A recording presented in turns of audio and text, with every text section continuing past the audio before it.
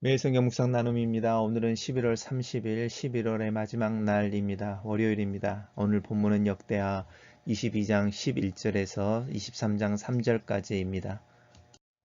본문을 읽겠습니다. 여호야다가 자기와 모든 백성과 왕 사이에 언약을 세워 여호와의 백성이 되리라 한지라.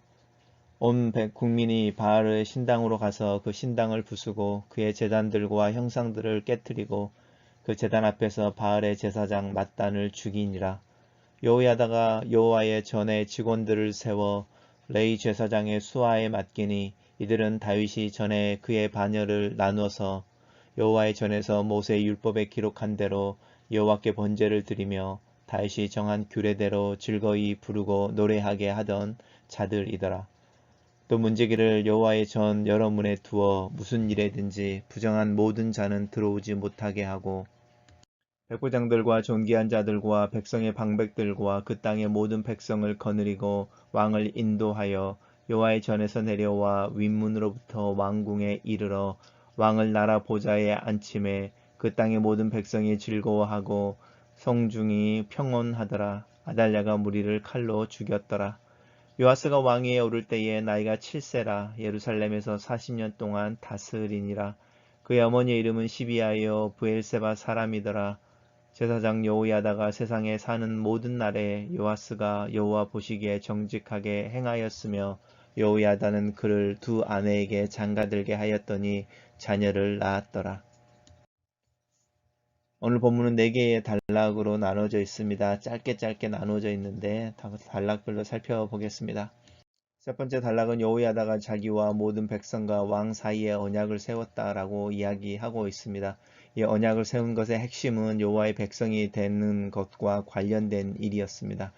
여호야다가 이 언약을 세울 때에 자신과 또 모든 백성과 왕이라고 하는 관계를 이루고 있습니다. 여호야다가 제사장이라는 이야기를 했을 때에 자기와 백성, 모든 백성이라고 하는 사이에 종교적인 언약의 이야기를 할 수 있고 또 자기를 포함한 모든 백성과 왕 사이의 언약이라고 하는 부분 속에서 정치적인 부분에 대한 이야기를 하고 있음을 알 수 있습니다.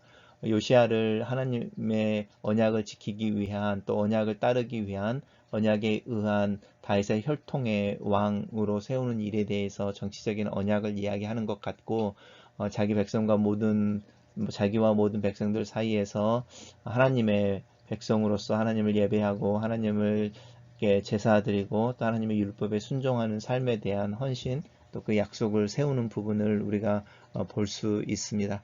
그러니까 하나님의 언약이라고 하는 부분의 핵심은 이 여호와의 백성됨과 관련되어 있습니다.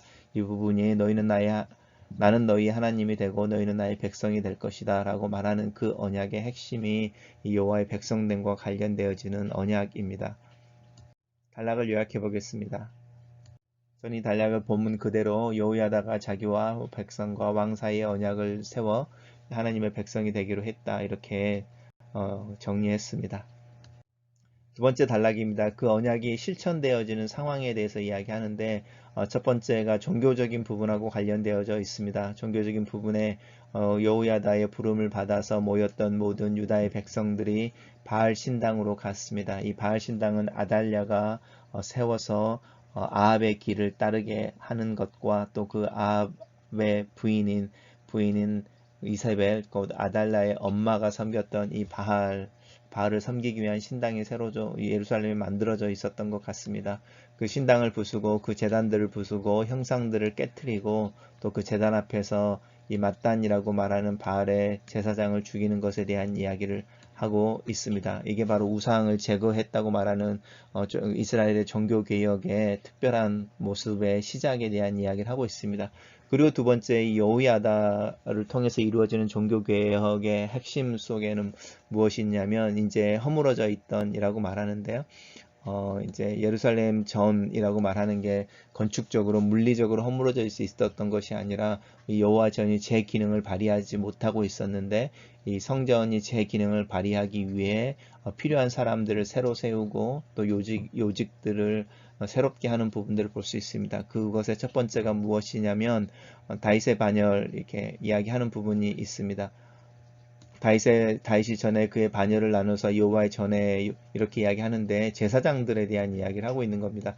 이렇게 제사장들을 나누어서 그 각각의 역할을 줬는데 그 역할이 뭐냐면 하나님께 드리는 번제를 잘 감당하기 위해 규례를 만들고 또 각각의 역할을 주는 부분들에 대해서 사람들을 이 핵심을 나누게 하는 부분이 있습니다. 제사장들을 새롭게 하는 부분에 대한 이야기가 있고, 두 번째는 또 다시 다윗의 정한 규례대로라고 다윗이 강조되어지고 있는데, 그러면서 다윗이 그 전에 즐거이 부리고 노래하게 하던 자들이라고 말하는 레위 사람들 중에 찬양하는 자들, 그 사람들을 이렇게 새로 세우는 부분에 대한 이야기를 하고 있고, 그리고 재미있게도 세 번째 이야기가 나오는데 문지기들을 새롭게 하는 부분이 있습니다.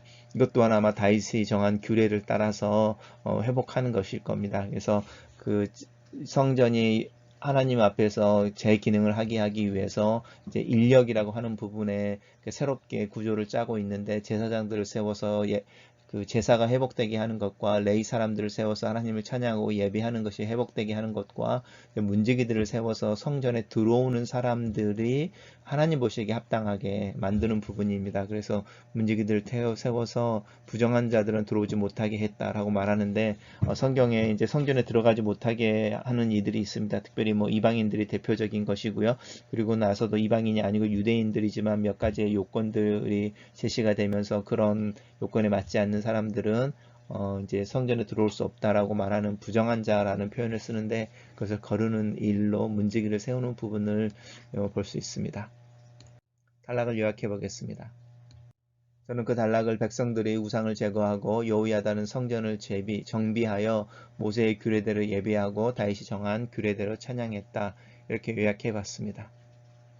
세 번째 단계는 여호야다를 통해서 종교적인 부분이 회복되어지고 이제 정치적인 부분에 대한 이야기를 하고 있습니다. 정치적인 부분에서 하나님의 언약이 회복되어지는 것은 다윗의 혈통이 왕위에 앉는 일이었는데, 그 요아스를 왕위에 세우는 이야기를 하고 있습니다. 백부장과 존귀한 자들과 백성의 방백들이라고 말할 때 군사적으로 아니면은 이제 백부장이라고 말하니까 100명의 부하들이나 100명의 사람들을 거느리는 부분에 대한 이야기를 하고 있는 거고요. 존귀한 자들은 아마 유력한 자들, 또 이스라엘에 있어서 유다에 있어서 영향력을 행사하고 있는 핵심에 있는 사람들이겠죠. 다윗의 직접 혈통은 아니지만 어쨌든 이런저런 부분으로 연관되어져 있어서 소위 말하는 귀족에 있는 영향력이 있는 사람들이고, 백성의 방백들이라고 하는 것은 이제 지방에 있는 관리들이나 유력한 유지들이라고 할 수 있습니다. 결국은 이스라엘의 지도자들과 또 그 백성들,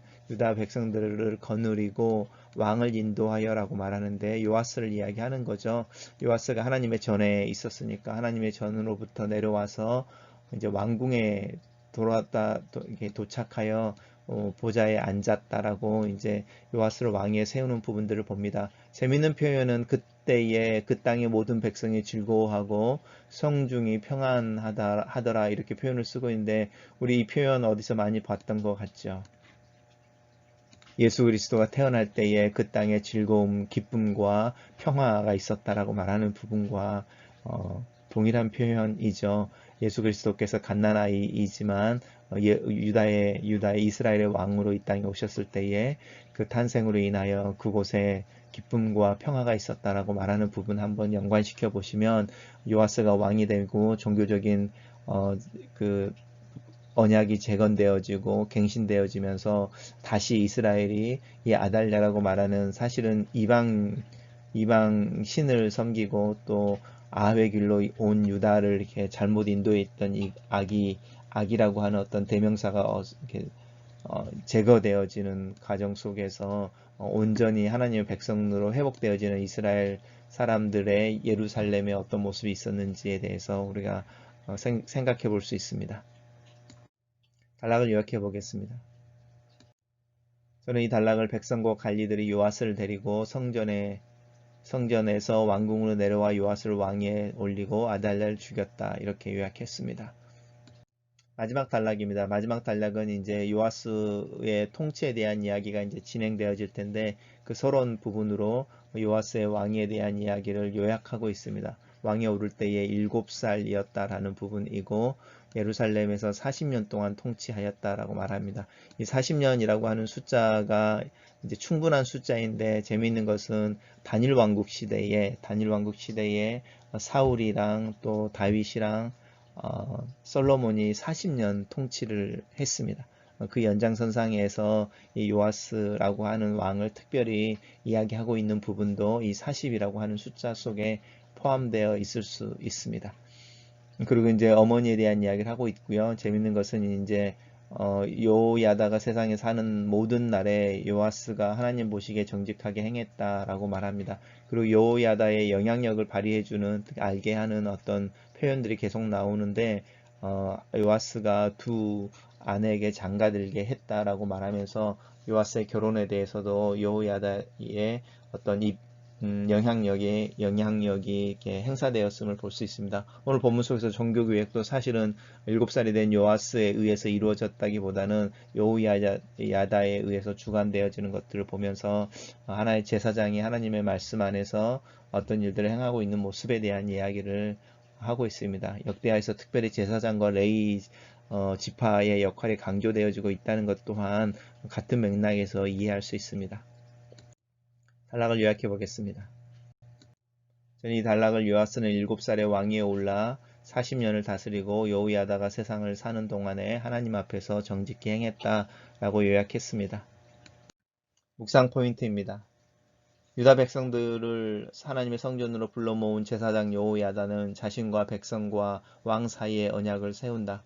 그 언약의 핵심은 하나님의 백성이 되는 것에 관한 것이었다. 이 언약은 하나님께서 다윗의 혈통으로 유다의 왕위를 계승하게 하는 것에 대한 고백을 당시 7살이던 요아스를 왕으로 세움으로 완성한다.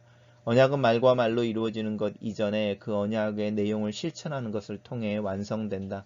때로는 이 언약의 실천의 대가가 희생을 요구할 때가 있다. 때로는 이 언약의 실천이 죽음이나 저항을 의미할 때도 있다. 특별히 하나님의 언약은 하나님께서 그 일을 이루시기 위해 십자가의 죽으심으로 완성되었음을 기억해야 한다. 그리스도 안에서 나는 하나님의 백성이 되고 하나님 나를 다스리시는 분이 되신다. 여호야다는 제일 먼저 자신이 언약의 대상이 되고 그 언약을 실천하는 자가 된다. 하나님께서 유다를 위해 다윗과의 약속을 주장하기 위해 이스라엘 백성들을 성전으로 모으는 위험을 감수한다.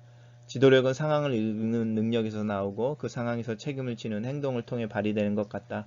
하나님의 백성이 되기 위해 내가 회복되어지고 하나님과의 관계 속에서 새롭게 해야 되는 영역은 무엇일까? 두 번째 묵상 포인트입니다. 하나님의 백성이 되기를 원하는 언약의 갱신은 정치적인 영역과 종교적인 영역에서 실천된다. 다윗의 혈통인 요아스를 왕으로 세우는 것과 우상을 제거하고 성전 조직을 정비하는 것이었다. 백성들은 바알 신당으로 가서 그 신당을 부수고 제단과 우상을 깨뜨리고 바알의 제사장을 죽인다. 하나님의 전에서는 모세의 율법을 따라 하나님께 번제를 드리고 다윗이 정한 규례를 따라 노래하는 자들을 새로 세운다. 또한 다윗이 정한 바를 따라 성전의 문지기를 세운다. 제사장과 레위 사람들의 역할과 직분을 새롭게 하는 것처럼 개혁은 하나님의 사람들의 역할과 직분을 새롭게 하는 것에서 시작한다. 또한 성전의 문지기를 세우는 것을 통해 성전의 조직 정비가 이루어지는 것이 흥미롭다. 시편 어디에서 하나님의 집에 문지기로 하루를 사는 것이 하나님 없이 다른 곳에서 천년을 사는 것보다 낫다고 말하는 하나님의 전에 문지기 또 하나님의 전에 거하는 것에 대한 즐거움을 사모하는 노래가 기억난다. 문지기의 역할은 성전에 들어오는 이들을 분별하는 것이었다. 무슨 일에든지 부정하는 모든 자들이 성전에 들어와 예배와 제사를 방해하거나 하나님의 전을 더럽히는 것을 예방하는 일이었다. 하나님의 말씀을 따라 교회를 세우는 일에 말씀을 나누고 가르치는 자와 찬양을 하는 자들의 역할도 중요하지만 문지기처럼 교회의 순결과 성결함을 유지하기 위해 깨어있는 자들이 필요하다. 교회가 걸어가야 하는 방향과 그 정착지를 잊지 않게 하기 위하여 그리스도의 복음과 십자가의 순수성이 훼손되지 않기 위하여 노력하는 그리스도의 군사가 필요한 시대이다. 세 번째 묵상 포인트입니다. 요아스는 아버지 아하시아의 죽음 직후 할머니인 아달랴가 권력을 장악하기 위해 차기 왕이 될 수 있는 그 가능성을 가진 모든 다윗의 후손들을 죽일 때에 채 한 살이 안 된 갓난 아이였다. 유모의 손을 빌어 탈출한 요아스는 하나님의 전에서 7년 동안 숨어 지낸다. 그리고 이제 유다의 백성들에 의해 하나님의 언약의 회복의 상징으로, 유다의 신앙 회복의 상징으로 왕으로 세워진다. 때로는 하나님의 언약이 깨어지는 것처럼 보이는 상황이 있다. 하지만 하나님이 여전히 일하고 계신다. 하나님이 정한 타임라인은 내 계획과 다를 때가 있다. 그래서 때로는 이 다름이 내 마음의 실망과 낙심을 가져오기도 한다. 하지만 믿음은 하나님의 일하심과 그 일하심을 이루시는 것에 대해 이야기한다. 6년이라는 시간 동안에 아달랴는 유다의 하나님을 믿는 신앙을 유린했다. 하지만 그 6년이 죄악과 반역이 승리했다는 것을 의미하지는 않는다. 시간은 흐르고 믿음은 현실이 된다. 문제는 내 믿음이 현실이 되는 그 날까지 굳건하게 순전하게 하나님 앞에 서 있을 수 있느냐의 문제이다. 문제는 내 믿음이 하나님의 일이 완성되어지는 그 순간에 또 그 순간을 알아차릴 수 있느냐이다. 문제는 내 믿음이 그 순간에 하나님의 일이 이루어지는 순간에 행동하는 결단과 순종으로 하나님이 일하시는 그 일하심에 동참할 수 있느냐의 문제이다. 코로나 바이러스로 인해 거리두기와 일상생활의 중단이 9개월을 넘어간다. 하지만 이 상황이 끝나는 때가 있을 것이다. 다시 일상으로 돌아가고 하나님께 교회 건물 안에서 예배하는 날이 있을 것이다. 그때에 나는 어떤 모습으로 어떤 믿음으로 살 것인가? 지금 나는 그때를 위해 무엇을 기도하고 무엇을 준비하고 또 무엇을 실천하고 있는가? 이 믿음의 고민 또 고민을 위한 시간이 필요하다. 마지막 묵상 포인트입니다. 요아스는 여호야다에게 어떤 사람이었을까? 생명의 은인이었을까? 자신을 키우고 가르치는 아버지 같은 존재였을까? 누군가를 영적으로 내 마음속에 입양하여 그가 하나님의 때에 하나님의 사람으로 서는 것을 보는 즐거움은 어떤 것일까? 요아스를 위해 자기의 생명까지 위협하는 계획과 도전을 실천하는 여호야다의 믿음과 용기에 머리를 숙인다. 나에게도 요아스가 또 나에게도 여호야다와 같은 이가 있는지. 여호야다 때문에 아하스는 하나님 보시기에 정직하게 행한다. 내 존재감에 대해서 생각해 본다. 내 아이들은 내가 아버지란 이유 하나만으로 그들이 내 마음을 또 내 믿음을 본받고 내가 걷는 믿음의 길을 걷고 있는 것일까? 내 믿음에 대한 기억이 그들의 평생에 하나님을 떠나지 않도록 할 수 있을까? 목사로서의 내 존재감은 함께 교회를 이루는 교우들에게 어떤 것일까? 매주일 하는 설교와 그들과 맺는 관계는 과연 그들의 신앙을 격려하고 그들이 하나님 앞에 자신을 돌아볼 수 있도록 돕고 있는 것일까? 글로 쓰는 기도입니다. 때로는 내 힘으로 하나님의 언약을 주장해야 할 때가 있습니다. 그때에 용기를 낼 수 있도록 그때에 내가 치러야 될 대가를 기꺼이 치를 수 있는 믿음의 용기를 위해 기도합니다. 하나님을 위하여 하나님 때문에 거룩한 분노를 품을 수 있고 회개와 변화를 위해 도전할 수 있는 믿음의 용기가 내 안에 있기를 기도합니다. 그리스도 안에서 내게 주어진 하나님의 약속을 붙잡고 하나님의 자녀로서 오늘 하루하루를 어떻게 살아가야 할지를 고민합니다. 나는 이 일상 속에서 사람들과의 관계 속에서 특별히 내 마음이 내가 아무것도 아니다 느껴지고 무기력하게만 보이는 연약한 자로 내 자신이 보여지는 그 상황 속에서 나는 여전히 하나님의 언약의 대상이며 하나님의 약속을 이루기 위해 하나님이 일하고 계시는 그 중심에 서 있는 존재임을 기억할 수 있도록 도와주시옵소서. 나로 이 믿음에 내게 주어진 일에 최선을 다하고 그 주어진 일을 하나님을 의지함으로 감당하고 그렇게 믿음으로 일할 때에 하나님의 지혜와 축복을 경험할 수 있도록 은혜를 베풀어 주시옵소서. 하나님 앞에서 이 세상의 소리에 귀 기울이지 않고 하나님 말씀을 따라 살기 위해 깨어 있으며 하나님 말씀을 주장하며 믿음으로 살아가는 자가 되게 하시옵소서. 기다려야 하는 상황 속에서 인내할 줄 알게 하시고 소리를 지르고 노래를 불러 하려는 시간에 침묵하지 않게 하시고 섬김과 희생의 대가를 지불할 때에 자원하여 그것을 실천해내는 용기 있는 살아있는 믿음의 사람이 되도록 나를 만들어 주시옵소서. 아멘.